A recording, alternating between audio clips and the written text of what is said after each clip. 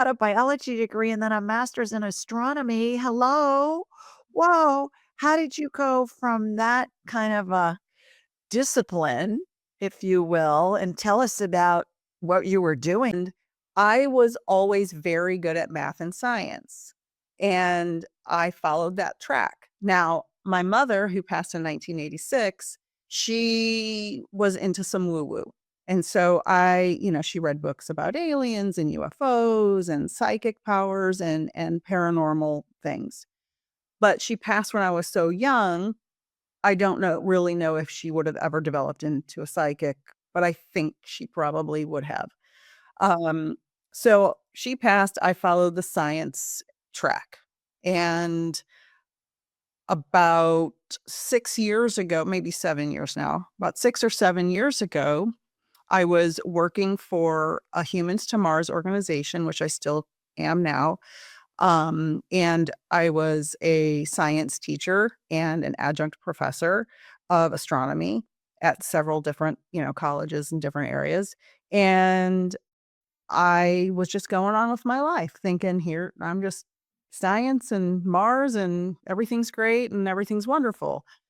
I had a phone call from a sister, one of my sisters, who said our friend's son passed. I had met the son once when he was a newborn baby. It had been 25 years. I hadn't seen him. I had moved across the country and hadn't seen him. So I knew nothing about him. As soon as she said that, claircognizantly, which I didn't know that at the time, I knew he passed from a drug overdose. I just knew it in my To head, and tell I didn't everybody that's listening that doesn't know what claircognizant is, what does that mean? it's just knowledge in your head, and you don't know how I got there. I call those divine downloads. And so I had a divine download, and I Right. didn't say anything to my sister because I didn't wanna hurt her feelings or anything. So a little while later that day, I laid down to take a nap, and I was just laying there for a few seconds, and in my head, clairvoyantly, clear seeing, three-dimensionally, full color, red sweater, gold chain, black hair. His head was in my awareness. And he leaned in and said, "Tell my mom I'm sorry. I didn't mean to do it." Sat up. It was so shocking. And I had no idea what was happening. So I called my sister back and I said, "This happened." And a couple of days later, we found out the gentleman had passed from a drug overdose. And I do have permission from his mother to share the story. Um, and she had shown me a picture of him with his red sweater and gold chain she sent me. And so his apology to her was significant because it was an accidental drug overdose. And so I had since gotten trained and given her a reading. So that I just kind of blew off as a one-off and I just went on with my life. A few months later, a friend of the family had a head injury. She was an older lady, we were friends, and she was on hospice care at home, and my other son was with her when she passed, and in my head, I kept seeing this red heart with her name on it, just over and over and relentlessly in my head, and I texted my son, I said, "Oh my god, Dottie won't leave me alone.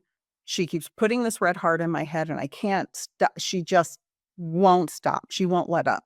He texted me a picture of a red heart with her name on it, which is her keychain he had just picked up when she passed that Yeah. day, like just a few hours earlier. My knees buckled. I almost passed out. Like, I'll never forget it. And I thought, there's something happening that is not something I've experienced before. So I'm going to do a scientific experiment and I'm gonna find out if I can repeat this. So I scoured the internet and I wasn't really sure what to look for. And somehow I realized it was mediumship. And I found a mentor and I started taking classes immediately. And I was doubling up because it kept coming. I kept getting information and I started doing readings in my development classes. And, um, about 6 months later, my mentor said, "You're ready to do private readings." And so I had a friend who had a very large family and a very large friend group set up about 50 people for me to do free readings for practice outside of my development circles.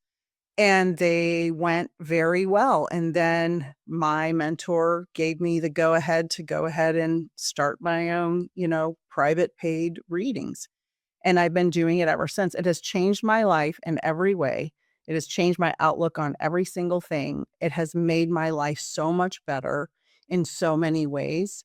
Just the way I perceive things, the way I understand things, the way I understand humanity. My compassion is very much different. Not that I wasn't compassionate before, but when you see things from a more spiritual perspective, it just shifts everything.